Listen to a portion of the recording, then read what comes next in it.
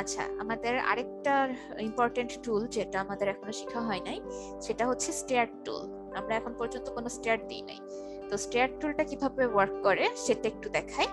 এই যে এখানে আপনাদের ডিজাইন টুলে এই যে এখানে স্টেয়ার টুল আছে। তো স্টেয়ার টুলে আমি ডাবল ক্লিক করলে এই যে স্টেয়ারের সেটিংসটা আসবে।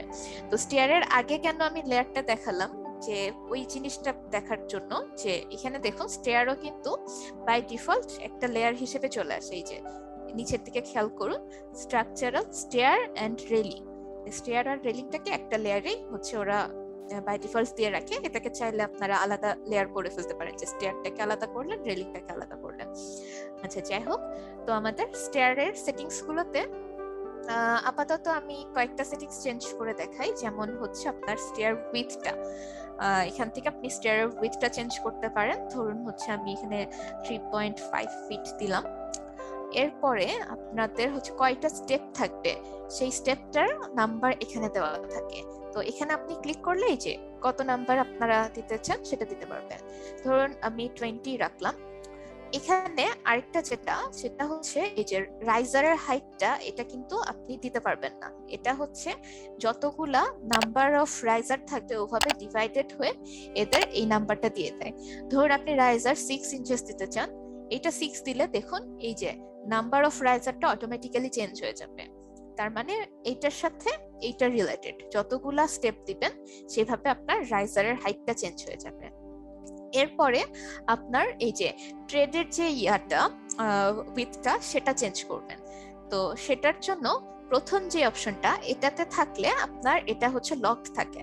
এই যে পাশের এই যে তালার আইকন দেওয়া যেটা, সেটাকে আপনাকে ক্লিক করে নিতে হবে। এখন কি করতে পারবেন, এখন আপনি এটাকে এডিট করতে পারবেন। তো ধরুন এটাকে আমি হচ্ছে 11 ইঞ্চেস দিয়ে দিলাম। তো তাহলে আমার হচ্ছে, আচ্ছা, এটা কেন চেঞ্জ হচ্ছে না, এটা চেঞ্জ না হওয়ার রিজনের জন্য আপনার নিচের দিকে একটু আসতে হবে। এইখানে ট্রেড আর রাইজারের কিছু রিলেশন অ্যাড করা আছে, যে দুইজনের হচ্ছে যোগফল এত হতে হবে, এরকম কিছু ইয়ে আছে। সো এগুলাকে সব আপনি যদি আনচেক করে দেন তাহলে আপনি ইচ্ছা মতো এগুলাকে চেঞ্জ করতে পারবেন। আচ্ছা, এই যে এগুলো সব হচ্ছে ইয়ে ছিল, এগুলোকে হচ্ছে আপনার আনচেক করে দিতে হবে। দিয়ে এখন আপনি এটাকে 11 ইঞ্চেস দিতে পারবেন। তো এটাকে এডিট করার জন্য একটা তো আপনাকে এখানে দিতে হবে, আরেকটা হচ্ছে নিচে আপনার যে ইয়েগুলো ছিল, এই যে মিনিমাম ম্যাক্সিমাম, এগুলোকে একটু আনচেক করে দিলে আপনি এটাকে এই যে একটা লিমিটেড ইয়াতে চেঞ্জ করতে পারবেন।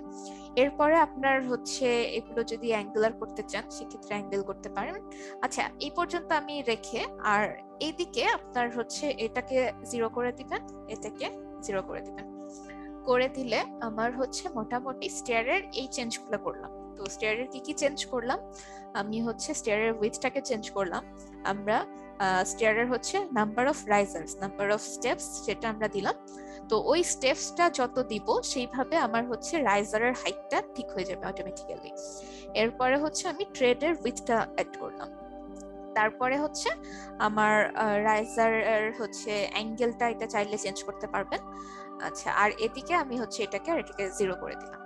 তো এখন হচ্ছে এটাকে আমি ওকে করে দিলাম। তো এখন হচ্ছে এই স্টেয়ারটা বসাবো কিভাবে। তো 1 নাম্বার আমরা যেটা করতে পারি, সরি, এই যে এইখানে আমি একটা এল শেপের একটা পজিশন দেখতে পাচ্ছি, যে এখানে আমি ধরুন ফার্স্ট এখানে একটা এল শেপের স্টেয়ার দিয়ে দেখি।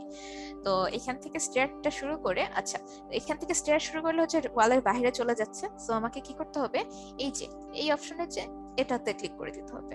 তো এখন দেখুন হচ্ছে আমার এই যে স্টেয়ারটা ভিতরের দিকে যাচ্ছে। তো এভাবে নিয়ে আপনি এই যে এল শেপ করলে এখন আপনি এখান থেকে যতদূর যাবেন এভাবে নিয়ে আপনি একটা এল শেপের স্টেয়ার তৈরি করে ফেলতে পারবেন।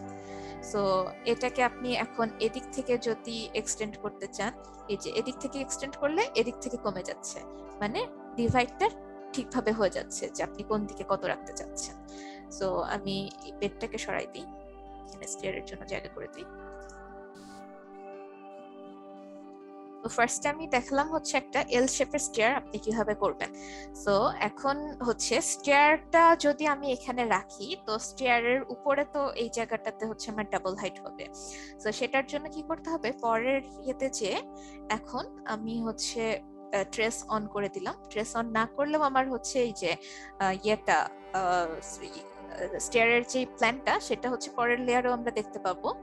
তো সেটার জন্য এখন হচ্ছে আমি এখান থেকে কি করব, এই স্টেয়ারের যতটুকু পোর্শন ততটুকু হচ্ছে আমি স্ল্যাব কেটে দিব।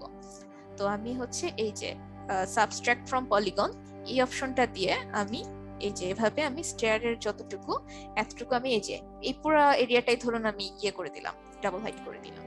তো এখন আমি একটু 3D তে যে চেক করি, এই যে 3D এর ভিতরে যাব।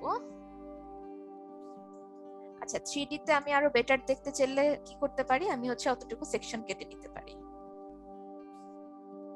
এই যে আমার স্টেয়ারটা তৈরি হয়ে গেছে।